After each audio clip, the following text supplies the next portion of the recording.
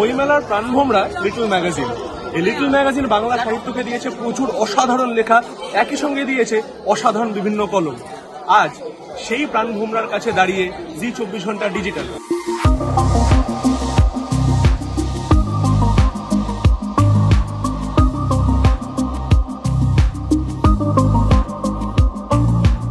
আমরা আজকে খুঁজে নেব কোন পথে রয়েছে আজকে লিটল ম্যাগাজিন। সে কি ঢুকছে, নাকি হয়ে গেছে কর্পোরেটাইজেশন, আর নাকি সেই আন্দোলনের পথেই রয়েছে আজকেরও লিটল ম্যাগাজিন।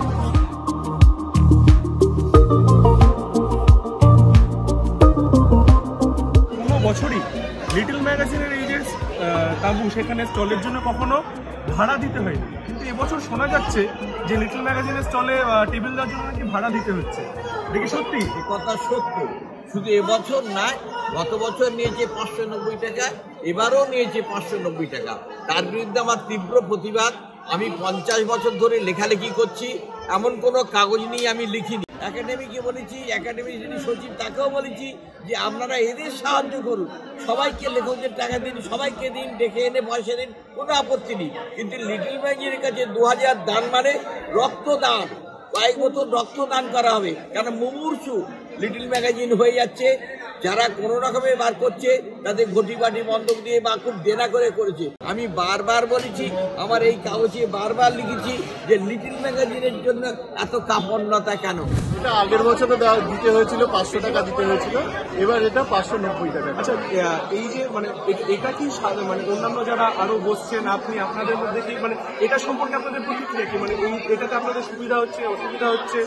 দেখুন, দীর্ঘ যতদিন আমরা লিটল ম্যাগাজিনে ছিলাম সেখানে টেবিলের ভাড়া নেয়।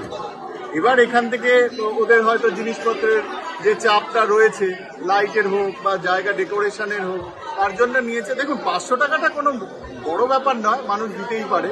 কিন্তু ব্যাপারটা হচ্ছে গিয়ে অনেকের ক্ষেত্রে যেগুলো যেমনি ছোট ছোট যারা প্রকাশনা আছে, যাদের কাছে হয়তো 500 টাকাটা ব্যাপার, কিন্তু আমার মনে হয় সাধারণ মানুষ এটাকে মেনে নিয়েছে যে 500 টাকা দেওয়া যেতে পারে, সেটা ঠিক আছে।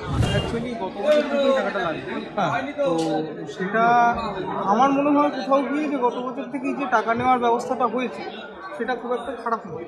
মানে ইনফ্যাক্ট সেটা যদি আরও একটু বেশি টাকাও দিতে হয়, আমার মনে হয় এখানে সিংহভাগ যে সমস্ত পত্রিকারা রয়েছেন তাদের অনেকেই, কারণ যত দিন যাচ্ছে ক্রমশ লিটল ম্যাগাজিনের ক্ষেত্রে যেটা হচ্ছে যে একটা পুঁজি, এটাও তো একটা বিনিয়োগকৃত পুঁজি, তো সেই পুঁজিটা যতক্ষণ না একটা সাস্টেনেবিলিটির জায়গায় আসছে, এটা 500 টাকার বই হচ্ছে, 600 টাকার বই হচ্ছে, 1000 টাকার বই হচ্ছে, সেক্ষেত্রে আমার মনে হয় সেখানে 590 টাকাটা খুব একটা গুরুত্বপূর্ণ ইস্যু হওয়া উচিত নয়।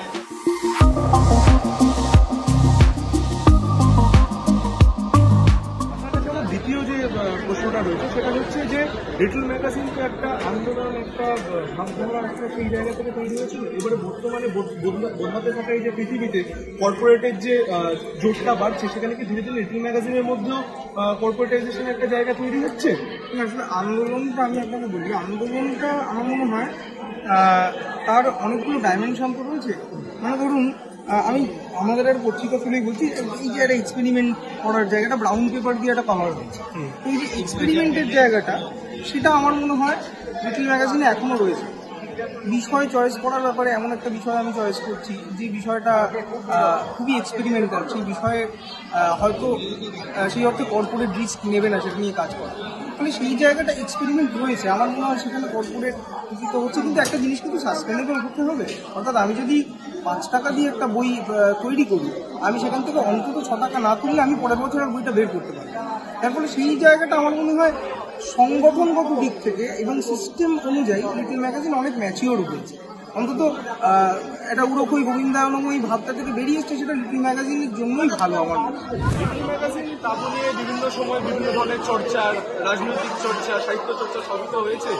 কিন্তু একটা প্রশ্ন আপনার কাছে আমার যেটা রয়েছে সেটা হচ্ছে যে সৃষ্টির নেশা, ভালো লেখা, নাকি এখনকার দিনে শুধুই প্রেম এবং নেশার টানে লিটল ম্যাগাজিনের তাবুতে ইয়াংস্টাররা? ব্যাপারটা হচ্ছে গিয়ে মানে লিটল ম্যাগাজিনের মধ্যে একটা সবসময় সাধারণ পাঠকের কাছে আলাদা একটা আবেদন রাখে, কারণ এখানে কম পয়সায় খুব ভালো ভালো পত্রিকা পাওয়া যায়। এবার সেখানটাতে বিভিন্ন টাইপের পত্রিকা থাকে, এরকম নয় শুধু প্রেম বা ভালোবাসা বা কবিতা এরকম আছে, তার মধ্যে বিভিন্ন টাইপের প্রবন্ধ আছে, নতুন কিছু ইয়াং যারা লেখক তাদের বই আছে, এবং যারা এই মুহূর্তে আমাদের পত্রিকাতে নতুন যারা লেখক আছে তারা আসছে, তারা নিজেদের লেখা দেওয়ার জন্য তারা বলছে। তো সেই ক্ষেত্রে সব মিলিয়ে মিশে আছে। আমরা এরকম বলতে পারি না যে শুধু এখানে ঘুরতে আসছে বা বই কিনছে না। ইয়াং পাঠক যারা আছে তারা অত্যন্ত ভালো পাঠক, তারা সাধারণ অনেক কোশ্চেন করছে, তারা বই সম্বন্ধে জানছে এবং তারা বই কিনছে। লিটল ম্যাগাজিন সম্পর্কে তো অনেক ধারণা, অনেক অভিজ্ঞতা, অনেক কিছুই রয়েছে, কিন্তু এর মাঝে যে প্রশ্নটা বারবার এখন উঠে আসে সেটা হচ্ছে এই নতুন পাঠকদের বিষয়ে, মূলত যে সৃষ্টির টান, নতুন লেখার পড়ার লেখার আকাঙ্ক্ষা, নাকি মূলত প্রেম নেশা, এগুলোই নতুন পাঠক, নতুন যে জেনারেশন তাকে লিটল ম্যাগাজিন তাঁবুর দিকে আকৃষ্ট করছে? কোনটা মনে হচ্ছে? দেখো, আমার কাছে খুব স্পষ্ট উত্তর আছে, সেটা হচ্ছে 2014 সাল থেকে আমি দশমিক বলে একটা কাগজ কিনি। এখন 10 বছর ধরে আমি এই কাগজটা মোটামুটি 10 বছর হলো। এখন দুটো জিনিস আমি লক্ষ্য করেছি। এক হচ্ছে নিজের যে নেশাটা সেটা দিনে দিনে বাড়ছে, এক যে কারণে এখন যদি কোনো নতুন পাঠক নাও আসে, হয়তো যদি আগামী 5 বছর আমরা নতুন পাঠক নাও পাই, আমি কাগজটা করে যাব। নতুন, একদম নতুন যে ফ্রেশ আমাদের মতো ছেলেপুলেরা যারা কাগজ করছে, সেরকম কিন্তু আমি যে খুব আশার দিক আমি সেটা দেখি না। কেউ কেউ অবশ্য আসে না তা না, কিন্তু বেশিরভাগটাই হয়ে যায় যারা একদম নতুন আসে। আমি দেখি যে সিরিয়াস কাজকর্মের চেয়ে একটা হুপে, মানে লিটল ম্যাগাজিন করতে হবে একটা হই হল্লার মধ্যে দিয়ে একটা যাওয়া, সেই একটা ট্রেন্ড আসে। ফলে তারা 2, 4, 5টা সংখ্যার পর তারা আস্তে আস্তে সরে যায়, গিয়ে একটা সময় বলে যে হ্যাঁ আমরাও তো একটা লিটল ম্যাগাজিন করতাম ইত্যাদি ইত্যাদি। আর দুজন একজন একদম যে নেই এমনটা না, তারা একটা সিরিয়াসলি কাজ করার চেষ্টা করে, একটা ভাবনা চিন্তার জায়গা তাদের রয়েছে। ফলে এদের দেখে একদম যে আশাটা মরে গেছে এমনটা নয়। মনে হয় যে যদি এইরকমই আরো 10 জন 20 জন আসতে থাকে, তাহলে আবার একটা তাঁবু, মানে আগে যে তাঁবুটা ছিল আর কি, প্রত্যেকটা টেবিলে গেলে নতুন নতুন বইপত্র দেখা যেত, নিজেরাও যখন ছেলেবেলা ছিলাম, এখন সেটা কমে গেছে। মানে এইবারেই আমার পাশের টেবিলে এমন একজন পড়েছে যারা পঞ্জিকা বেচছে। একটা লিটল ম্যাগাজিন তাঁবুর মধ্যে একটা পঞ্জিকা বেচা, যা বা রাজাবাবু র ক খ, এই ধরনের বই মানে ঠিক এক্সপেক্টেড নয়। ফলে যারা নতুন কাজকর্ম করছে, আমার মনে হয় সেই রকম যারা খুব প্রমিনেন্ট, মানে খুব ভালো কাজকর্ম করছে, সেরকম যদি আবার আস্তে আস্তে 2 জন 4 জন করে আসে, তাহলে আবার একটা তাঁবুর একটা, আবার যে লিটল ম্যাগাজিনের একটা ঐতিহ্য বা যে লিটল ম্যাগাজিন করতে আমরা স্বচ্ছন্দ বা ভালো লাগে, সেই আবার একটা ট্রেন্ড আর কি তৈরি হবে।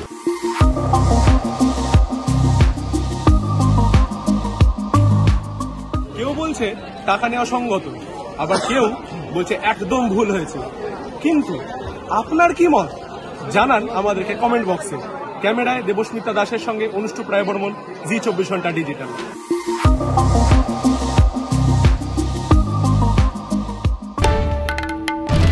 বাংলার আওয়াজ, বাঙালির আবেগ, জি 24 ঘন্টা।